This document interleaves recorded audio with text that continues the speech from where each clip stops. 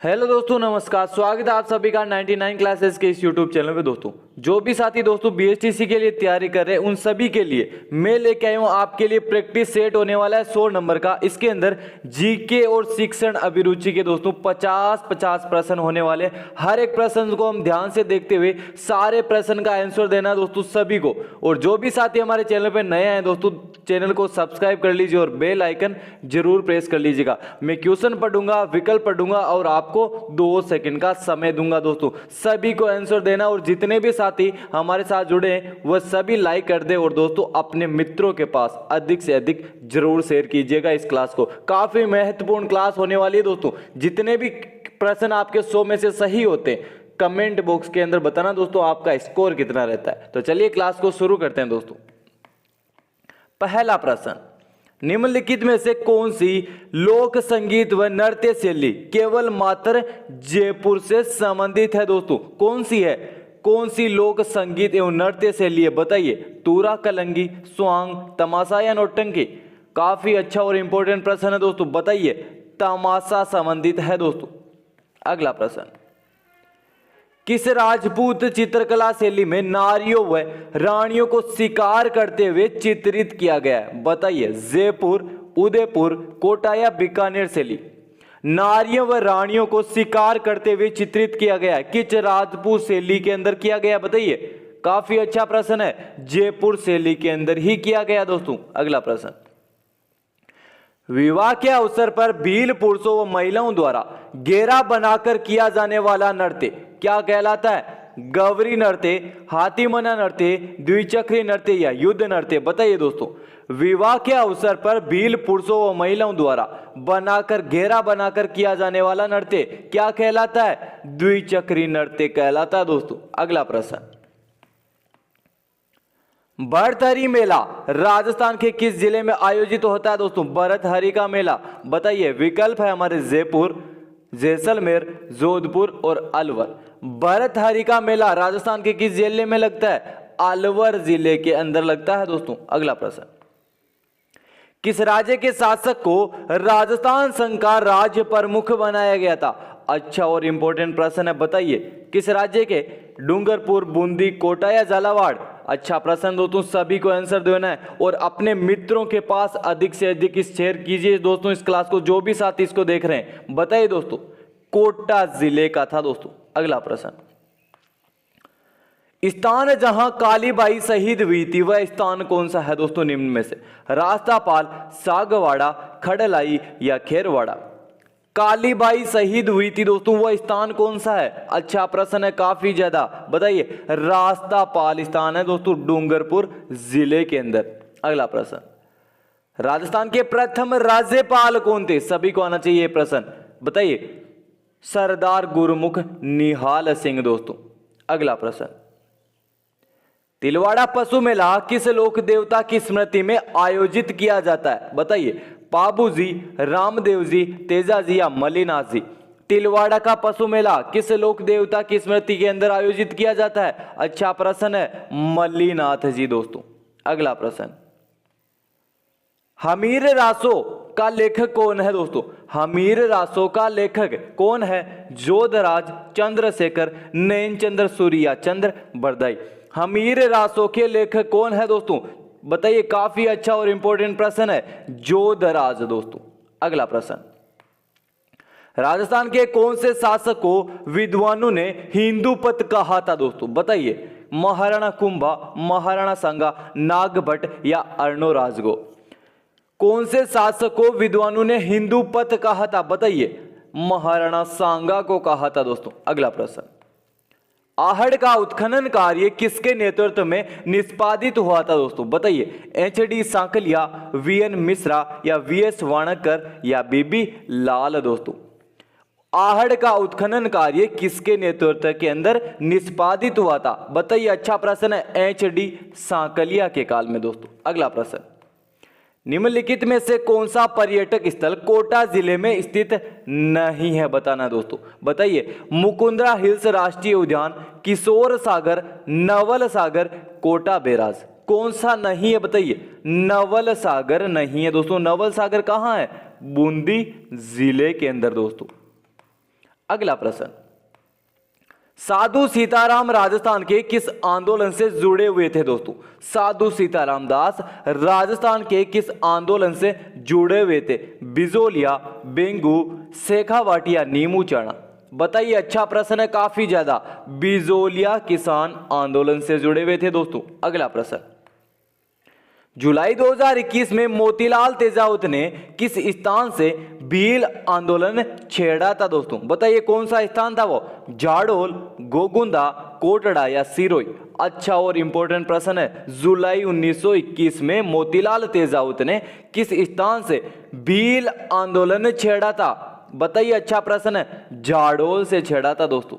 अगला प्रश्न, साखर खान को 2012 में किस लोक वाद्य में प्रवीणता के लिए पद्मश्री से सम्मानित किया गया था? साखर खान को कमाईचा के लिए, सारंगी, मोरचंग या खड़ताल? बताइए दोस्तों, कौन सा लोक वाद्य यंत्र था दोस्तों जो साखर खान से उससे सम्मानित हुए थे दोस्तों? बताइए, अच्छा और इंपॉर्टेंट प्रश्न दोस्तों, कमाईचा के लिए पद्मश्री मिला था दोस्तों इनको। अगला प्रश्न, निम्नलिखित में से कौन कोटा में 1857 की क्रांति के नेता थे दोस्तों? 1857 की क्रांति के नेता कौन थे? अच्छा और इंपॉर्टेंट प्रश्न है, बताइए दोस्तों इसका आंसर क्या होगा? कुशल सिंह, नंद किशोर, जे दयाल या नबी शेर खान दोस्तों। 1857 की क्रांति के नेता कोटा के अंदर जे दयाल थे दोस्तों। अगला प्रश्न, तेहरा ताली नृत्य किस लोक देवता की भक्ति में किया जाता है दोस्तों? बताइए, तेहरा ताली नृत्य किस लोक देवता की भक्ति के अंदर? मलिनाजी, पाबूजी, गोगाजी या रामदेव जी? अच्छा प्रश्न है, बताइए कौन सा विकल्प सही हो जाएगा? रामदेव जी दोस्तों, चौथा विकल्प सबसे सही हो जाएगा। अगला प्रश्न, हल्दी घाटी के युद्ध के पश्चात महाराणा प्रताप ने मुगलों के विरुद्ध कहां से प्रतिरोध जारी रखा था दोस्तों? बताइए, कुंभलगढ़, चावंड, देवगढ़ या गोगुंदा? महाराणा प्रताप ने हल्दी घाटी के युद्ध के पश्चात मुगलों के खिलाफ विरोध कहां से जारी रखा था? बताइए, कहां से? चावंड से दोस्तों। अगला प्रश्न, राणा सांगा ने उस सहयोगी का नाम बताइए जिसने खानवा युद्ध में नाजुक पड़ाव पर अपना समर्थन वापस ले लिया था। बताइए, राणा सांगा के उस सहयोगी का नाम बताइए जिसने खानवा युद्ध में नाजुक पड़ाव पर अपना समर्थन वापस ले लिया था। कौन था वो दोस्तों? सहलत तंवर, मेदिनी राय, राव गंगा या उदय सिंह? कौन था दोस्तों वह सहयोगी? अच्छा और इंपॉर्टेंट प्रश्न है, सहलत तंवर थे दोस्तों।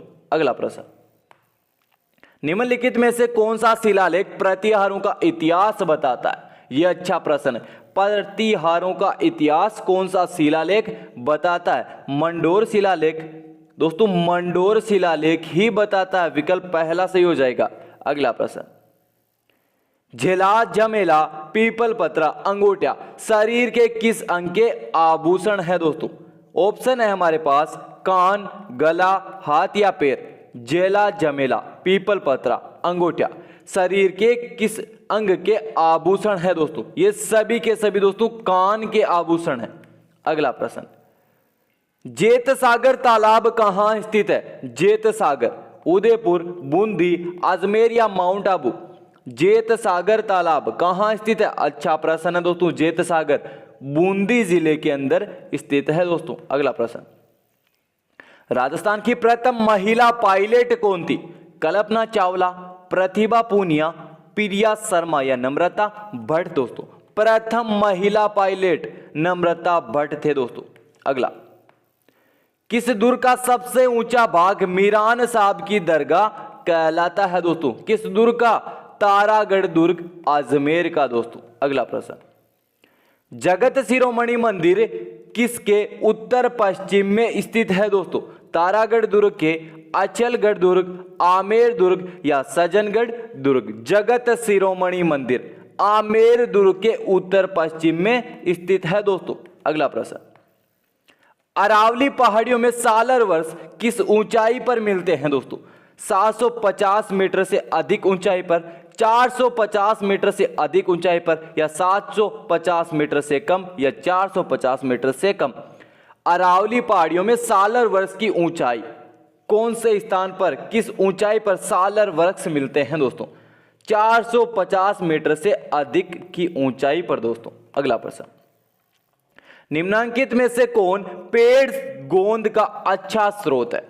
कौन सा पेड़ गोंद का सबसे अच्छा स्रोत है? सागवान, सालर, तेंदु या गुर्जन दोस्तों। जो पेड़ से गोंद प्राप्त होता है, सबसे अच्छा गोंद किस पेड़ से प्राप्त होता है दोस्तों? अच्छा और इंपॉर्टेंट प्रश्न है, बताइए दोस्तों इसका आंसर क्या हो जाएगा? सालर वृक्ष है दोस्तों। अगला प्रश्न, बेणेश्वर, माही, जाखम व अन्य किस नदी का संगम है दोस्तों? बेणेश्वर, माही, जाखम व अन्य किस नदी का संगम है? अनास, एराऊ, सोम या साबरमती दोस्तों। बेणेश्वर धाम सोम, माही और जाखम का संबंध है दोस्तों। विकल्प तीसरा सही हो जाएगा। अगला, निम्नलिखित में से कौन सा खनिज सिंगाना के सदान कुदान क्षेत्र से निकलता है दोस्तों? सदान कुदान क्षेत्र में कौन सा खनिज निकलता है दोस्तों? लोहा, तांबा, मैग्नीशियम या एल्यूमिनियम। कौन सा खनिज निकलता है दोस्तों सदान कुदान क्षेत्र के अंदर? अच्छा और इंपॉर्टेंट प्रश्न है, तांबा निकलता है दोस्तों। अगला, निम्नलिखित में से किस प्रकार का कोयला गुणवत्ता में सर्वश्रेष्ठ माना जाता है? किस प्रकार का कोयला माना जाता है दोस्तों?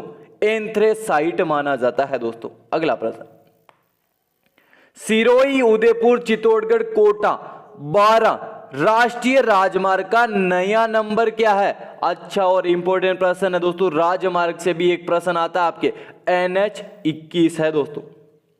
सॉरी, NH 27 है, 21 नहीं है दोस्तों। अगला प्रश्न, राजस्थान में European Union state partnership programme जिसे क्षेत्र में कार्यरत है वह है दोस्तों वनीकरण, वन्य जीव संरक्षण, जल प्रबंधन या मृदा संरक्षण दोस्तों। European Union state partnership programme जिस क्षेत्र में कार्यरत है वह क्षेत्र है दोस्तों जल प्रबंधन। विकल्प तीसरा सही हो जाएगा। अगला प्रश्न, राजस्थान के कौन से जिलों में नर्मदा घाटी परियोजना से जल प्राप्त होता है दोस्तों? कौन से जिलों के अंदर होता है? सिरोही व जालोर, जालोर व बाड़मेर, पाली व जालोर या बाड़मेर व पाली दोस्तों। नर्मदा घाटी परियोजना से जल प्राप्त किन जिलों को होता है? जालोर व बाड़मेर को दोस्तों। अगला, गांधी सागर बांध की ऊंचाई कितनी है? गांधी सागर बांध की ऊंचाई 62 मीटर है दोस्तों। अगला, निम्नलिखित में से कौन सी बकरी की नस्ल है? निम्न में से कौन सी बकरी की नस्ल है? मारवाड़ी बकरी की नस्ल है दोस्तों। अगला, वर्ष से अधिक समय अवधि की औसत वायुमंडलीय दशाओं को कहते हैं, क्या कहते हैं? मौसम कहते हैं, जलवायु, ऋतु या चक्रवात।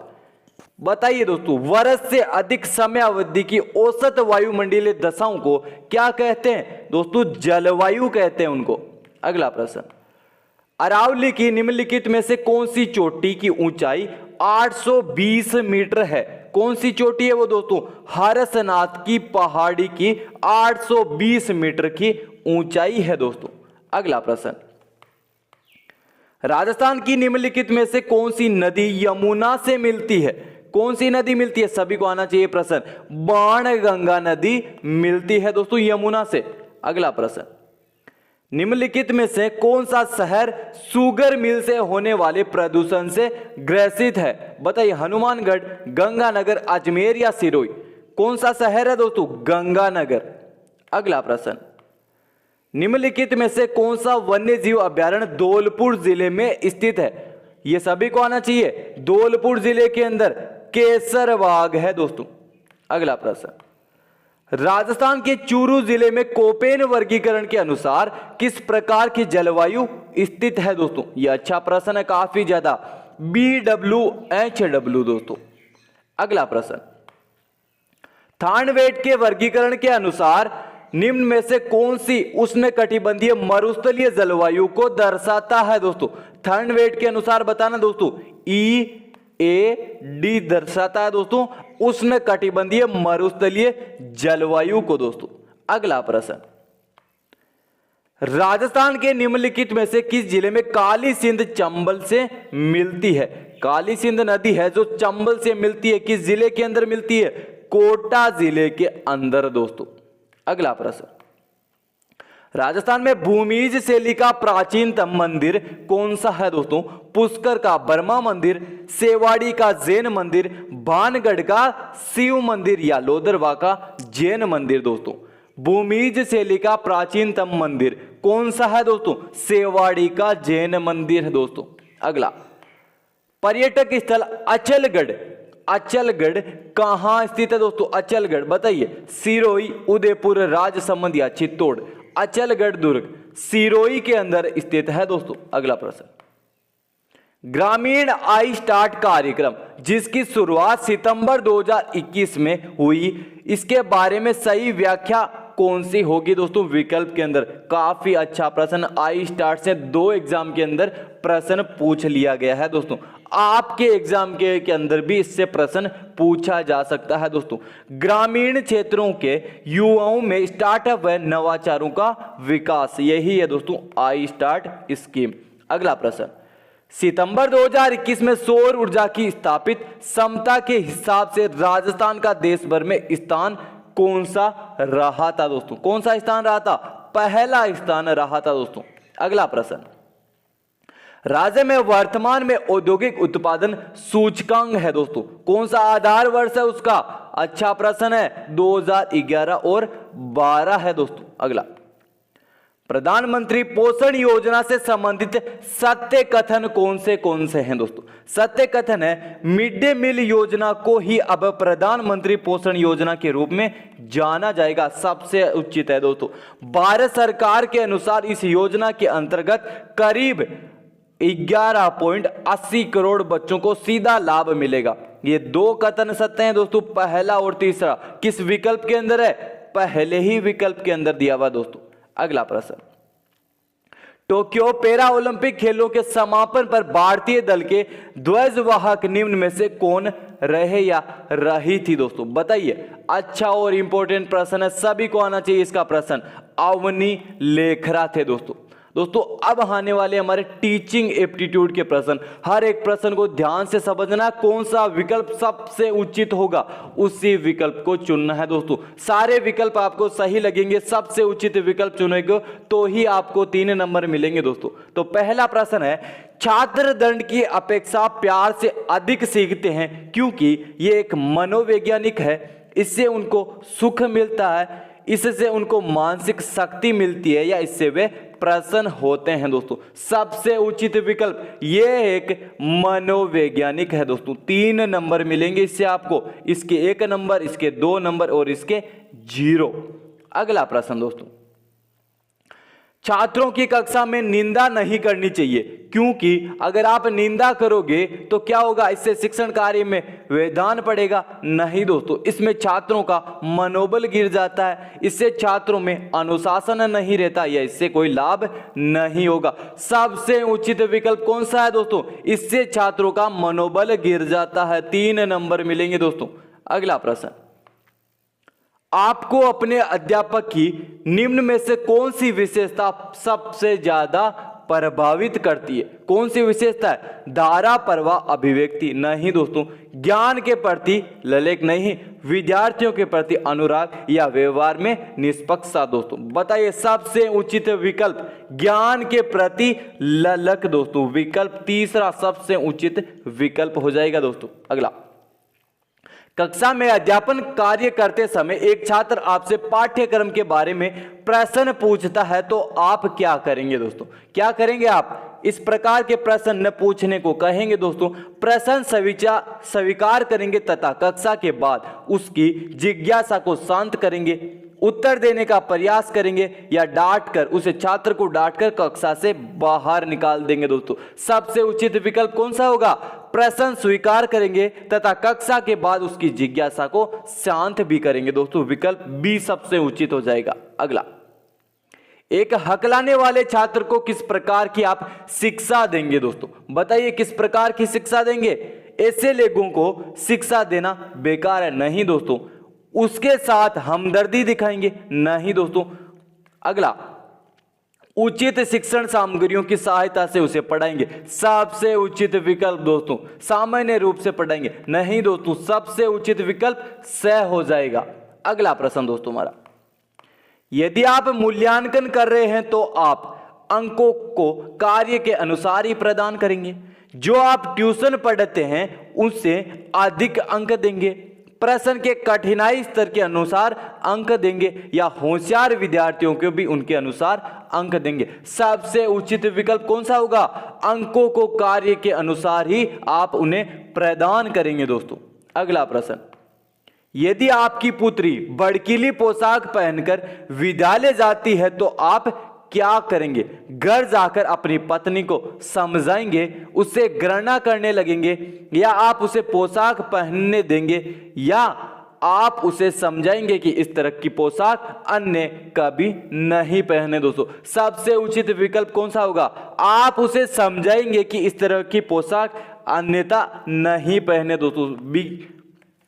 अगला प्रश्न, आपके किसी साथी के द्वारा प्रबंधक तथा आपके बीच मतभेद हो जाते हैं तो आप ज्ञात होते के बाद भी साथी की पिटाई कर देंगे? नहीं दोस्तों, मतभेदों के कारण जानेंगे या साथी से इस संबंध में बात करेंगे या कुछ भी नहीं करेंगे। सबसे उचित विकल्प कौन सा हो गया? मतभेदों के बारे में कारण का पता लगाएंगे। दोस्तों सबसे उचित विकल्प 3 नंबर।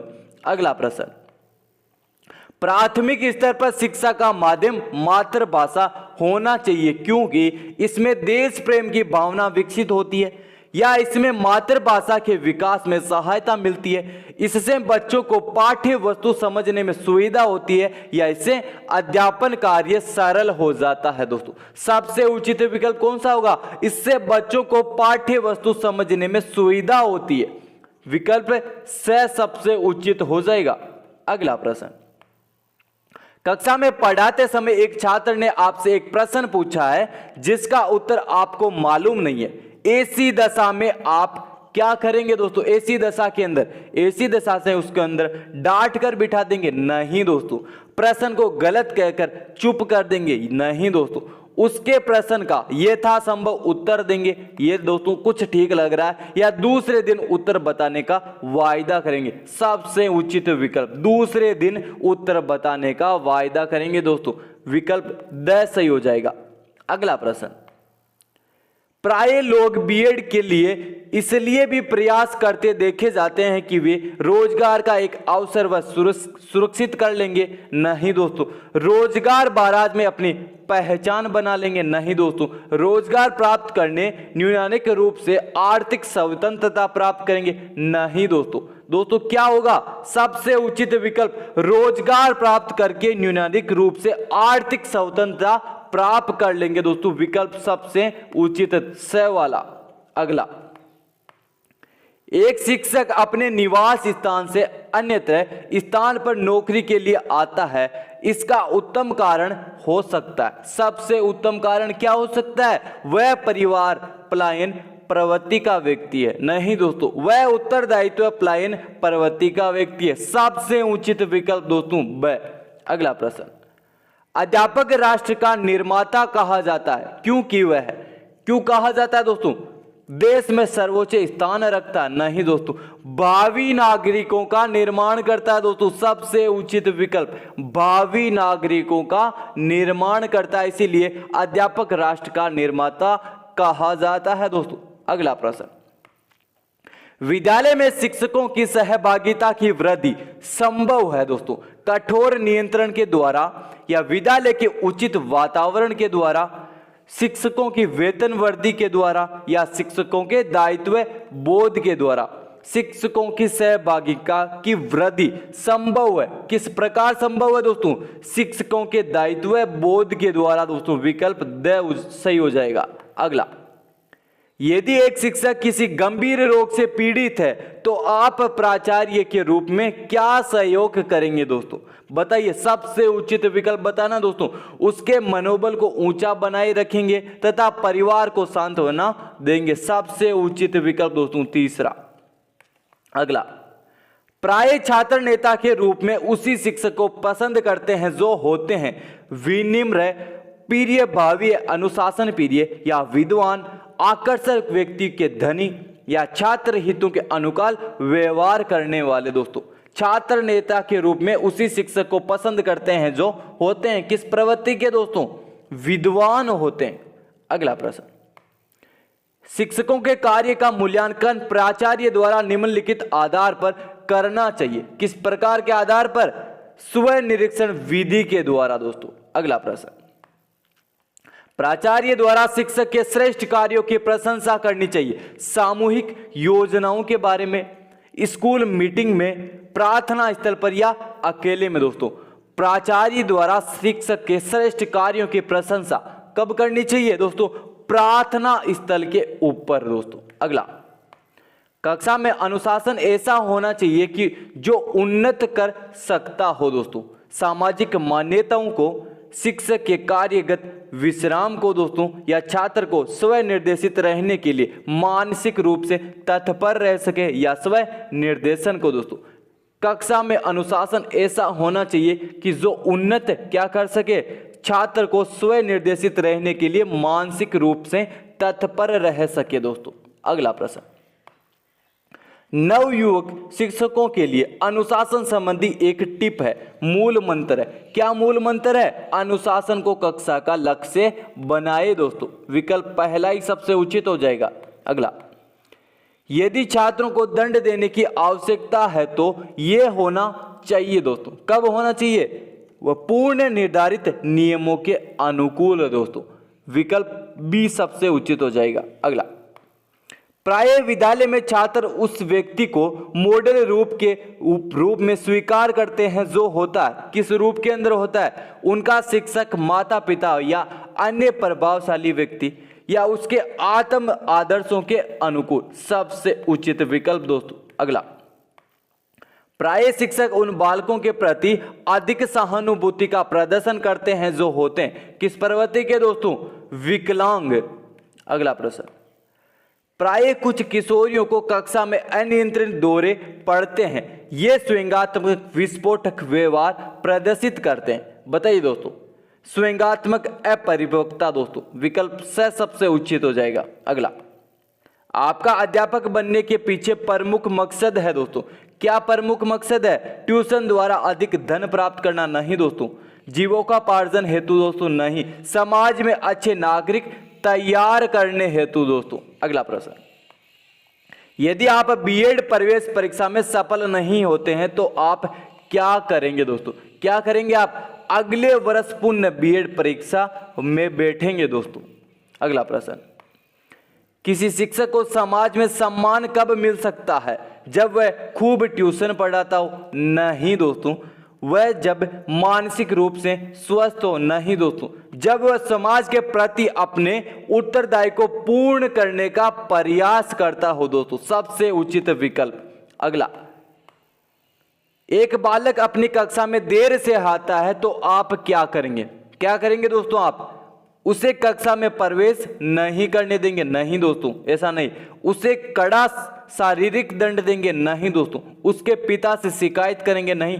कक्षा में देर से आने का कारण पूछेंगे दोस्तों। विकल्प द सही हो जाएगा। अगला, यदि कोई बालक कक्षा में नित्य भाग जाता है तो आप क्या करेंगे दोस्तों? क्या करेंगे आप? कारण जानने का प्रयास करेंगे दोस्तों। अगला प्रश्न, एक बालक विद्यालय की वर्दी पहनकर नहीं आता, ऐसी दशा में आप उसे सार्वजनिक रूप से अपमानित करेंगे, उसे घर वापस कर देंगे, या उसकी आर्थिक दशा की जानकारी हासिल करेंगे, या इसे कुछ भी नहीं कहेंगे? बताइए, विद्यालय की वर्दी पहनकर बालक नहीं आता है तो ऐसी दशा में आप क्या करेंगे? उसकी आर्थिक दशा की जानकारी हासिल करेंगे दोस्तों। अगला, विद्यालय कार्य के अतिरिक्त आप क्या करना चाहेंगे दोस्तों? क्या करना चाहेंगे आप? छात्रों का कल्याण कार्य दोस्तों। अगला, कक्षा में अनुशासन स्थापित करने के लिए आप क्या करेंगे?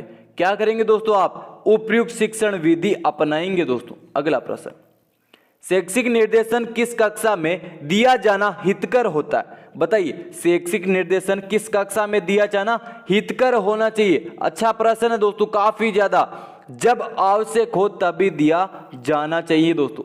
अगला प्रश्न, विद्यालय के कुछ छात्र सामान्य से नीचे हैं, आप उस विद्यालय के प्राचार्य हैं तो उन छात्रों के प्रति आपका क्या उत्तरदायी होगा दोस्तों? क्या उत्तरदायी होगा आप?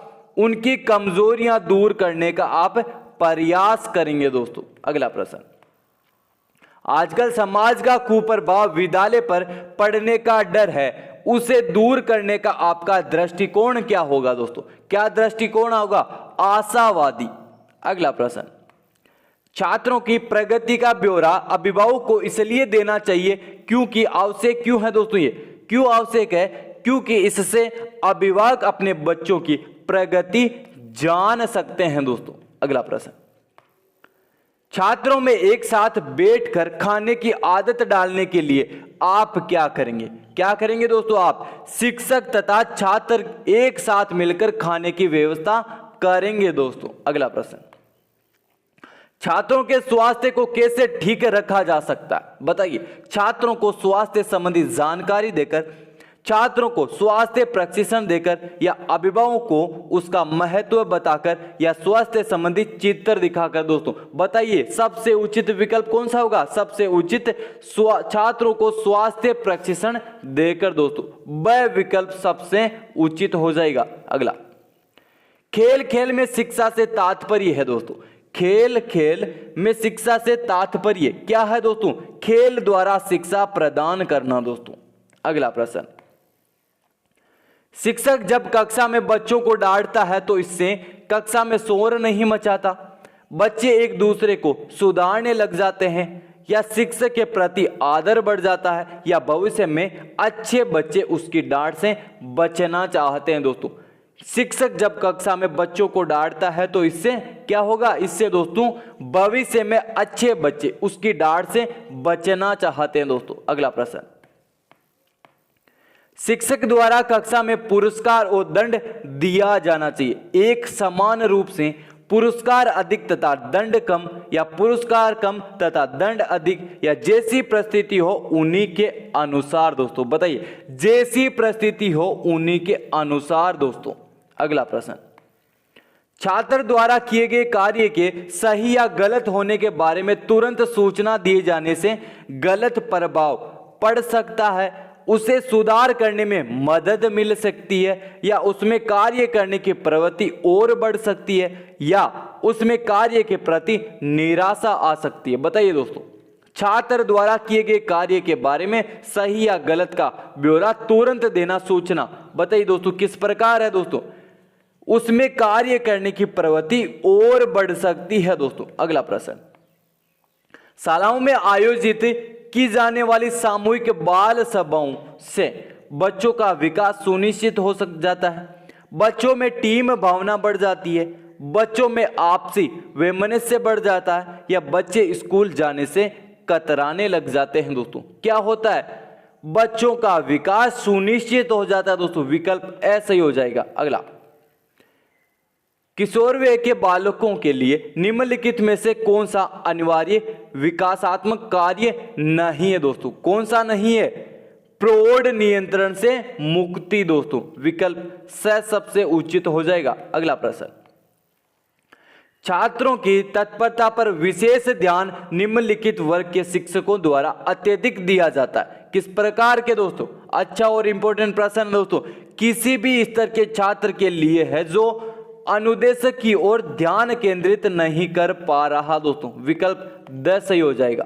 अगला प्रश्न, शिक्षा के दृष्टिकोण से किसी सीखे गए कार्य की सफलता प्राथमिक रूप से निर्भर करती है। किसके ऊपर करती है दोस्तों? अच्छा प्रश्न है। सीखने वालों की तत्परता पर, सीखने की स्थिति पर, शिक्षक के व्यक्तित्व पर, या शिक्षार्थी की प्रेरणा पर दोस्तों। सबसे उचित विकल्प शिक्षार्थी की प्रेरणा के ऊपर दोस्तों। अगला प्रश्न, किसी विशिष्ट समय के अध्ययन हेतु छात्र की तत्परता निर्भर करती है।